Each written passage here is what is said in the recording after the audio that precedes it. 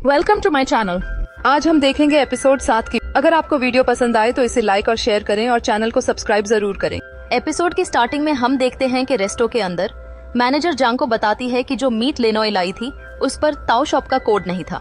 इसका मतलब शायद ये सब लेनोई ने ही किया है। तभी सॉन्ग एक वीडियो जांग को दिखाता है जो तेजी से वायरल हो रहा है। वीडियो में लेनोई खुद से कह रही होती है, हाँ ये सब मैंने ही किया है। सोंग बताता है ये वीडियो फेक है क्योंकि जब लेनोई उसे बात कर रही थी तब उसने ऐसा कुछ नहीं बोला था। मतलब ये डबिंग की गई है लेनोई को फंसाने के लिए। ये सुन जंग शॉक हो जाता है, आखिर ये सब कर कौन रहा है। तभी फंग बताता है मीडिया ने लेनोई को घेर रखा है। जंग तुरंत भागता है और लेनोई के पास जाकर से जाने के लिए बोलता है।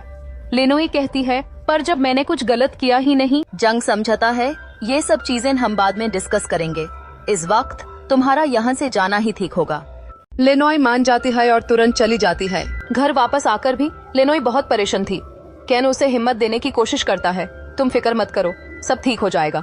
लेकिन लेनोई ठीक नहीं हो रही थी। तब केन उसे वही नाइफ दिखाता है जो लेनोई के फादर के सामान में मिला था। अब वो नाइफ बिल्कुल क्लीन हो चुका था।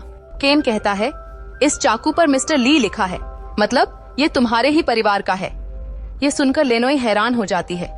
वह अपने पिता के पास जाती है इस बारे में जानने के लिए, लेकिन उनकी हालत बिल्कुल भी ठीक नहीं है।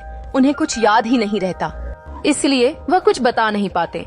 अगले दिन इंस्पेक्टर फिर से जियांग के पास पूछताछ के लिए आते हैं। जब वे चले जाते हैं तब सूजी आती है और कहती है मैंने पहले ही कहा था कि लेनोई ठीक लड़की नहीं है, पर आपने मेरी बात नहीं मानी। जियांग जवाब देता है मैंने भी तो तुमसे ग्रैंडपा के होटल के हेड शेफ बनने से मना किया था, पर क्या तुमने मेरी बात मानी थी।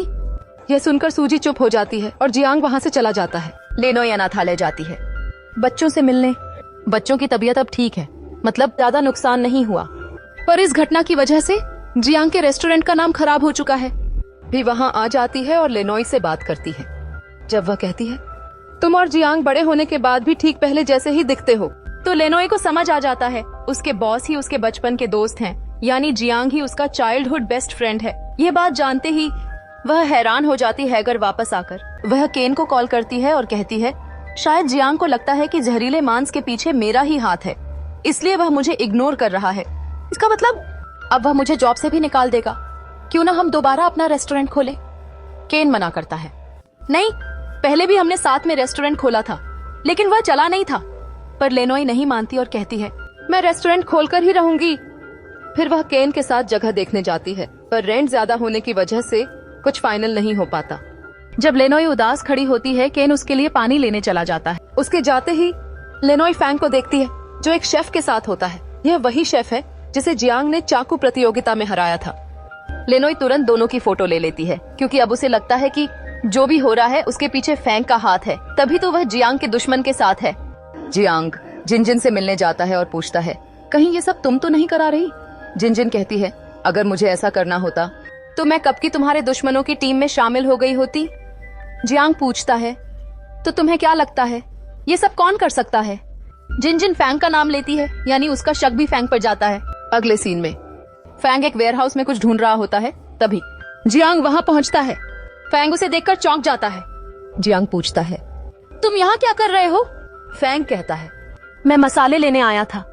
फिर वह बोलता है एक मिनट, कहीं तुम मुझ पर शक तो नहीं कर रहे, जैसे कि मीट में जहर मैंने मिलाया हो।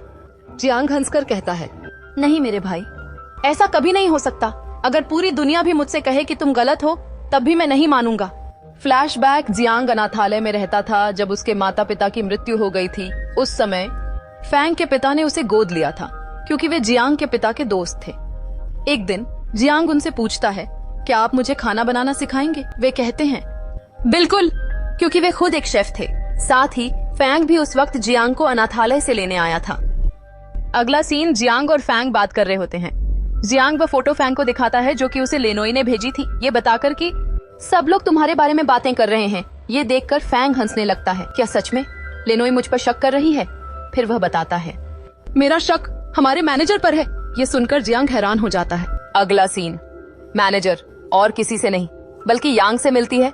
मतलब ये दोनों एक दूसरे को डेट कर रहे हैं, साथ ही एक बहुत बड़ी साजिश भी कर रहे हैं, मगर अभी हमें सही से नहीं बताया गया। ये भी नहीं कि क्या सच में जहरीले खाने के पीछे इन दोनों का भी हाथ था। फैंग जो कि बाहर था उसका केन और लेनोई दोनों पीछा करने लगते हैं।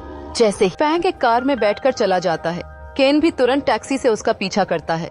लेकिन लेनोई नहीं जाती क्योंकि उसे किसी की कॉल आ जाती है, जिसे सुनते ही वह हैरान रह जाती है क्योंकि कोई है जो लेनोई को मिलने के लिए बुला रहा था।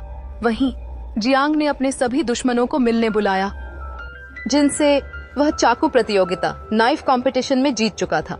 इसलिए आज वह उन सभी के साथ मीटिंग करता है क्योंकि उसे पूरा यकीन है कि अपराधी इन्हीं में से कोई है। उधर जब केन जैसे ही सूजी को देखने उसके पीछे पीछे आया तो सूजी उसे दरवाजे पर ही मिल गई। लेकिन अब क्योंकि फैंग भी इसी तरफ आ रहा था तो सूजी थे केन को अपने साथ अंदर ले गई। असल में सूजी का भी शक फैंग पर ही था, इसलिए वह भी केन की तरह फैंग पर नजर रख रही थी।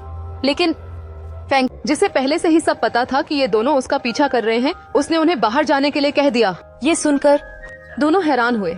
जियांग ने जिस शख्स को बुलाया था वह और कोई नहीं बल्कि वही इंसान था जिससे लेनोई ने मीट खरीदा था। उसने कुछ सबूत दिखाए और कहा, जो मीट मैंने दिया था वो एकदम बेहतरीन क्वालिटी का था और मुझे पता है कि तुम सबने मिलकर मीट की सप्लाई रुकवा दी थी, तभी तो कोई भी दुकान जियांग के रेस्टोरेंट को मीट नहीं दे रही थी। ये सुनकर सभी पहले तो बहस करने लगे, नहीं, ये हमने नहीं किया। लेकिन आखिर में एक महिला ने कबूल किया, हाँ, ये सब हमने मिलकर किया था। फिर एक और आदमी जो खुद जियांग के रेस्टोरेंट का था, जो कि इन लोगों का साथ दे रहा था, वह भी सच कबूलने लगा। जियांग ने सबकी बातें सुनने के बाद कहा, मानता हूँ कि आप सब मुझसे नाराज हैं क्योंकि मैंने आपकी चाकू जब्त करवा दी थी, इसलिए मैं इसे आप सबकी आखिरी गलती मानकर माफ कर रहा हूँ। ये सुनकर वह महिला भड़क गई और गुस्से में बोली, तुम होते कौन हो हमें रोकने वाले? तभी जियांग ने एक कैमरा दिखाया जिसमें सब कुछ रिकॉर्ड हो चुका था और कहा, अगर किसी ने फिर दोबारा ऐसा कुछ किया तो मैं पुलिस में रिपोर्ट कर दूंगा। ये सुनकर सभी चुप हो गए। फिर फैंग बैठकर उन्हें पूरी बात बताने लगा। मुझे पहले से पता था कि तुम सबका शक मुझ पर है, लेकिन तब भी मैंने तुम्हें रोका नहीं क्योंकि मैं चाहता था कि तुम्हारा ध्यान मुझ पर ही रहे और जियांग आराम से अपना काम पूरा कर सके। फिर फैंग ने पूछा, वैसे लेनोई कहाँ है? ये सुनकर केन हैरान हो गया क्योंकि उसे भी नहीं पता था कि लेनोई कहाँ है। जियांग बाहर आ गया जहाँ उसे वही अंकल मिले जिन्होंने पूछा, वैसे तुम लेनोई की इतनी मदद क्यों कर रहे हो?